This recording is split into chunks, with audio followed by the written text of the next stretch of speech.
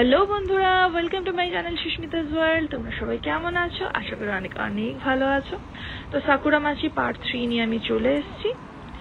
তো এই সাকুরা ফুলের ভিডিওটা পার্ট 1 আর 2 আছে, দুটো তোমরা দেখবে, তাহলে পার্ট 3টা তোমাদের বুঝতে সুবিধা হবে। তো এটা আমরা দেখো প্রায় শেষের দিকে চলে এসেছি গাছ দেখতে দেখতে। আগের পার্টে তোমরা দেখেছো মন্দিরে গেলাম, তারপরে ওই দিকটা দেখালাম। এবার এখানটা পুরোপুরি তোমার সোজা, দুদিকে রাস্তা আর মাঝখানে এরকম করে গাছ লাগানো। এটা প্রায় শেষের দিকে। এই গাছটা দেখো, টানা দেখতে দেখতে আমরা এদিকে যাচ্ছি। তারপরে তোমার এখান থেকে আস্তে আস্তে কিছুটা হেঁটে ট্রেন, তারপরে বাস ধরে বাড়ি। এত ভালো লাগছে না গাছগুলো দেখে। আমি তো ওখানে বাড়ির সামনে একটা গাছ দেখেছিলাম, তোমাদের দেখিয়েছিলাম আগের ভিডিওতে। তো এখানে এত এত গাছ আর ফুলগুলো এত নিচে রয়েছে না, আমি তো গিয়ে ধরেও নিয়েছি। এই দেখো, ধরেও নিয়েছি। ধরতে এত ভালো লাগছে। এগুলোর খুব একটা আমি গন্ধ পেলাম না ফুলের, খুব একটা হালকা আছে সেন্ট, মানে খুব উগ্র কোনো গন্ধ নেই, মানে সেরকম ভাবে আমি তো বুঝতে পারলাম না, কিন্তু খুব সুন্দর লাগছে, অসম্ভব সুন্দর লাগছে। আর এই গাছগুলো পুরো সাদা, পুরোটা সাদা হয়েছে। আমি যতটা ক্যামেরায় তুলতে পেরেছি দেখলাম। কিছু আগের একটা গাছ তোমরা দেখলে পুরো পিঙ্ক ছিল, আবার কোনো গাছ পিঙ্ক আর হোয়াইট মানে সাদা গোলাপি মিশিয়ে, খুব সুন্দর লাগে দেখতে ফুলগুলো। এগুলো পুরো ফুটে গেছে এখানে।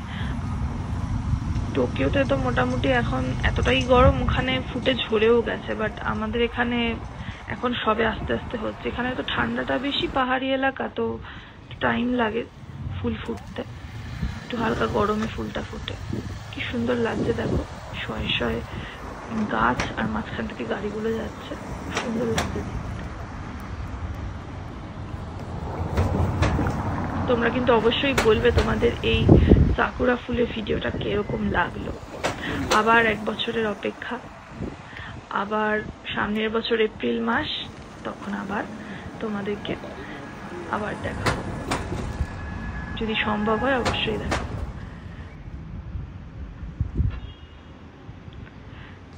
তোমরা দেখতে থাকো আর বলো কিরকম লাগলো।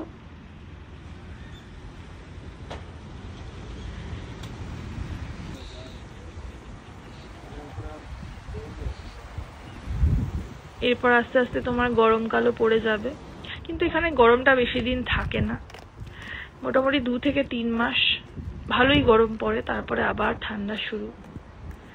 এই যে তোমার আমাদের বাড়ি যাওয়ার পথ, আস্তে আস্তে প্রায় এগিয়ে যাচ্ছি।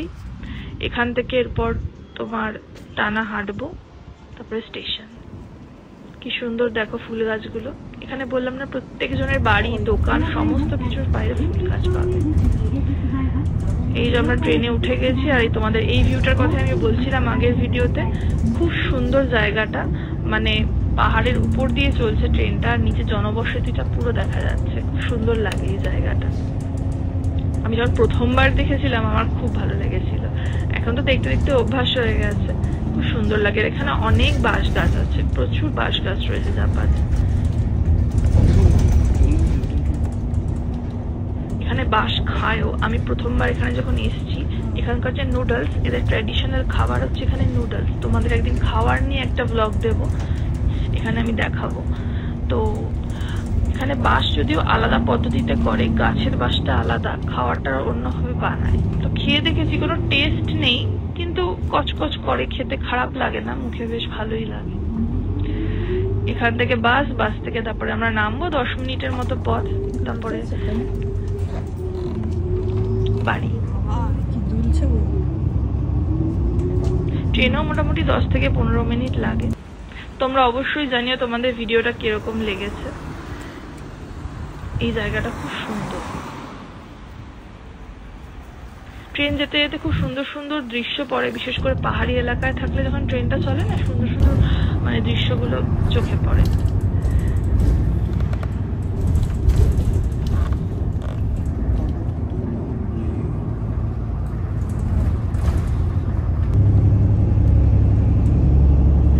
তো তোমরা অবশ্যই বলো তোমাদের কেমন লাগলো ভিডিওটা। এরপর আরো অনেক নতুন ভিডিও নিয়ে আসবো। তোমরা ভালো থেকো, সুস্থ থেকো, সাবধানে থেকো। আর এরপরে তো আমাদের পশ্চিমবঙ্গে গরম তো প্রচন্ড গরম পড়ছে। তো সবাই ভালো থেকো, সুস্থ থেকো, সাবধানে থেকো। টাটা। আবার দেখা হচ্ছে পরের নতুন ব্লগে।